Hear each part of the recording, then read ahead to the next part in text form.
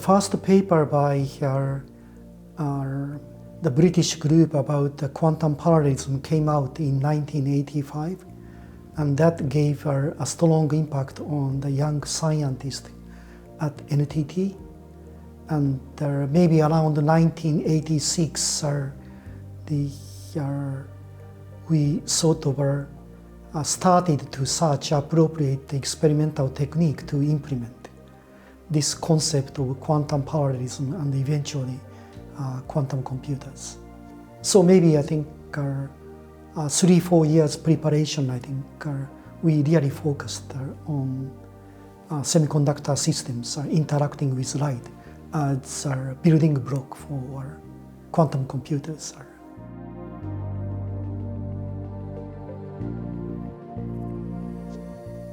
Certainly, I think a quantum dot is an important experimental tool.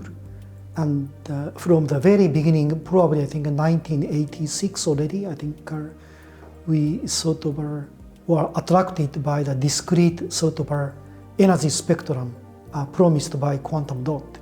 Might be, I think, a useful resource for optical pulse controlled electronic qubit.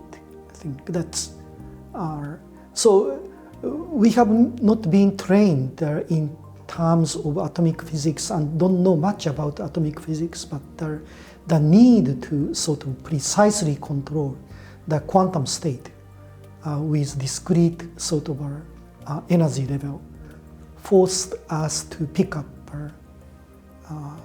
the quantum dot, which is incidentally, I think, a solid state analog of 2-level atoms or 3-level atoms.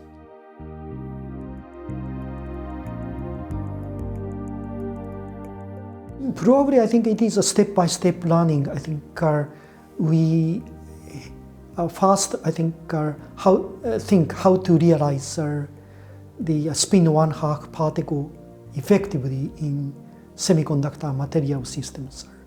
And next question is how to precisely control its phase. And so in this way, the idea slowly, I think, evolves toward optical pulse controlled electron spin qubit in quantum dot.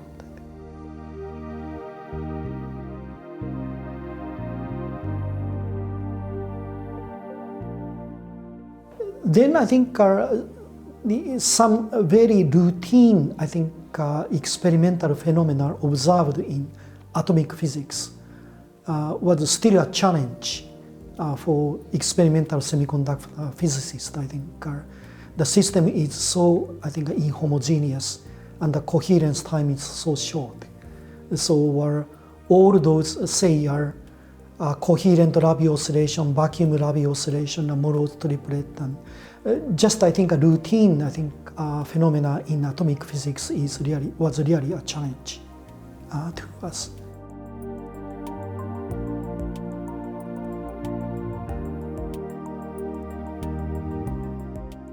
Actually, we were rather ignorant about, I think, what's going on in the near-field spectroscopy and single molecule spectroscopy and so on. I think, probably, I think, only after, I think, we sort of observed the single photon generation from the quantum dot system, we noticed that, I think, completely independent activity going on in the molecular spectroscopy and the near field, I think, optics. So it's about the same time, I think, we were successful about our own quantum dot project, and also knowing, I think,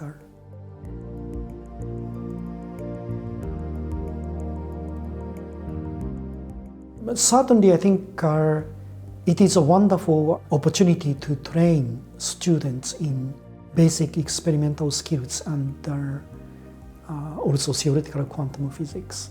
But the outcome of, say, those 20-30 years effort is not really visible from outside.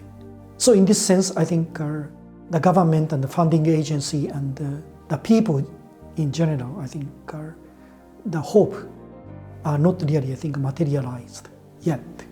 And we are proud of educating many good students in this field, but we have never seen anything useful in real society. I think that hopefully, I think, are coming along.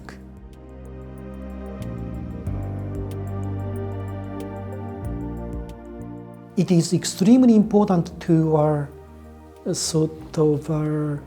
introduce the so-called backcasting. I think what is urgent and needed in real world, and what is actually the current solution, and where is a sort of a spot that our expertise will be useful, and those sort of looking back from the application field to the fundamental side is actually very important to increase the success probability.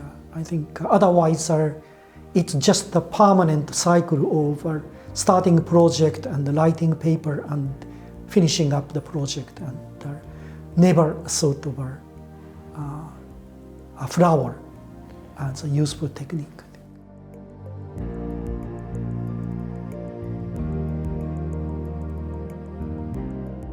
I think the quantum sensing in particular, I think the promising field.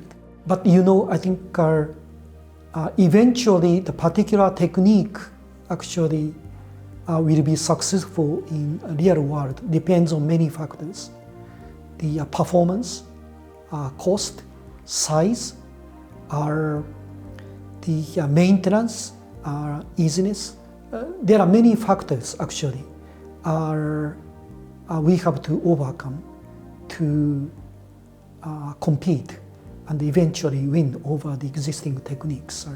So that sort of view should be, I think, shared by sort of every sort of scientist in all level, I think, working in this quantum technology. I think if they sort of use the word quantum as an excuse, it will never flower in real world.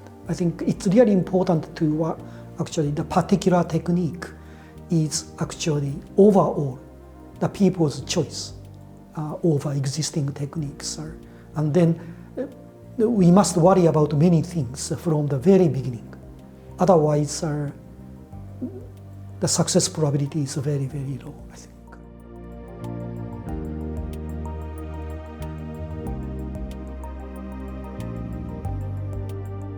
I hope so. But compared to laser, it was invented in 1960, and in 1970, 10 years after the invention, the application areas are really clear. And so it's enormous impact to the society. And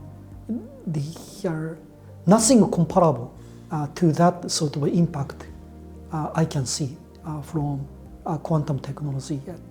It is a nice science, a nice basic science, but NMR, laser, transistors, compared to those sort of real breakthrough, I think we probably don't yet the groundbreaking, I think, invention yet.